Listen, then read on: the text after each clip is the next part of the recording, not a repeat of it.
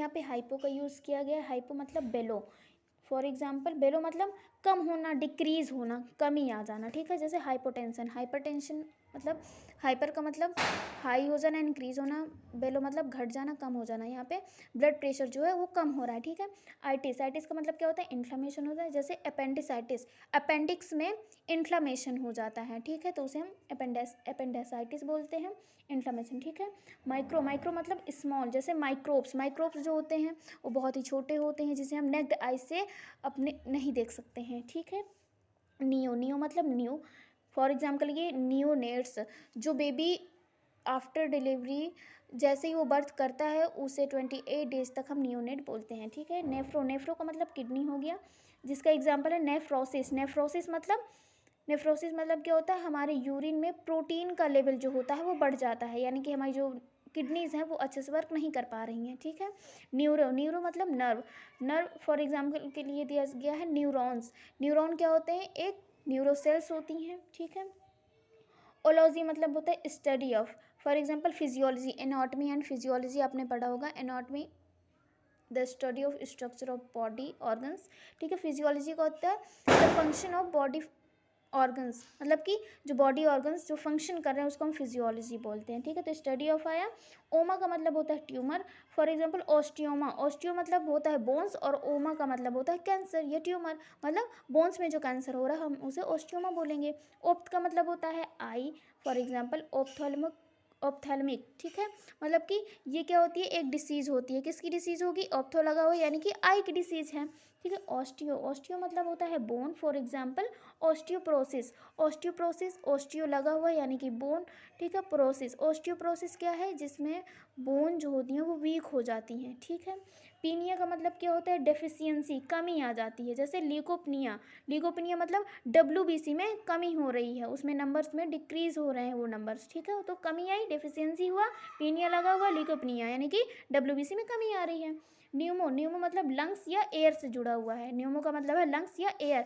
Pneumonia, pneumonia क्या होता है, एक इन्फेक्शन होता है, ठीक है, जिसमें जो हमारे लंग्स होते हैं उनमें जो एयर सैक होते हैं वो इन्फेक्टेड हो जाते हैं, इन्फ्लेमेशन हो जाता है, या लंग्स में फ्लूइड फील्ड हो जाता है, ठीक है। टैकी, टैकी का मतलब क्या होता है, एक्सेसिवली फास्ट, बहुत ही ज़्यादा तेज हो जाता है उसकी जो प्रोसेस है जो भी, ठीक है। एग्जाम्पल में क्या दिएगा, टैकीकार्डिया, यानी कि जो हमारी कार्डिया, कार्डिया मतलब हार्ट, यानी कि जो हार्ट बीट है वो हमारी बहुत ज़्यादा बढ़ी हुई है, ठीक है। थ्रम्बो मतलब क्या होता है, clot. For example thrombosis, thrombosis क्या है, थ्रम्बोसिस क्या होता है, ये एक ऐसी प्रोसेस है जिसमें ब्लड जो होते हैं क्लॉट्स कर जाते हैं, ब्लड के थक्के जम जाते हैं ब्लड वेसल्स में या हार्ट में, ठीक है, जिससे हमें प्रॉब्लम होने लगती है ब्लड सर्कुलेशन में। फिर है यूरिया, यूरिया का मतलब होता है यूरिन। एग्जाम्पल ऑफ एनयूरिया, एनयूरिया मतलब क्या हुआ, अब यूरिया, यूरिया लगा हुआ है, एनयूरिया यानी कि अब्सेंस ऑफ यूरिन या डिक्रीज फॉर्मेशन ऑफ यूरिन, ठीक है। वैसो, वैसो का मतलब वेसल्स, जैसे वैसो कॉन्स्ट्रिक्शंस, वेसल्स में कॉन्स्ट्रक्शन हो जाता है, जो वेसल्स हैं वो थिक हो जाती हैं, ठीक है। फिर है मीडियल, मीडियल क्या होता है, structure near mid line of body, जो बॉडी होती है उसकी जो मिड लाइन के पास में जो ऑर्गन्स हैं, ठीक है, उनको, जो बॉडी के, जो बॉडी है उसमें जो मिड लाइन है, ठीक है, उसके पास में जो ऑर्गन्स हैं उन्हीं को हम मीडियल में रखेंगे, जैसे कि हार्ट हो गया, ठीक है। फिर आता है लेटरल, लेटरल क्या है, structure away from mid line a body. अब इसमें अवे मतलब दूर हैं, जो मिड लाइन से जो भी बॉडी ऑर्गन्स दूर हैं उनको हम लेटरल में रखते हैं, ठीक है। प्रॉक्सिमल क्या होता है, attachment near the limb, limb क्या होते हैं, लिम्ब होते हैं आर्म्स हो गए, लेग्स हो गए, जिसे हम एक्सट्रीमिटीज़ बोलते हैं, ठीक है।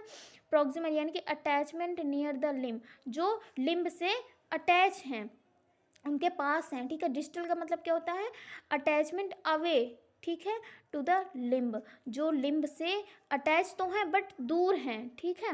एंटीरियर या वेंट्रल, एंटीरियर का हमने बताया था ना, फ्रंट होता है जैसे कि हमारा फेस हो गया, ठीक है।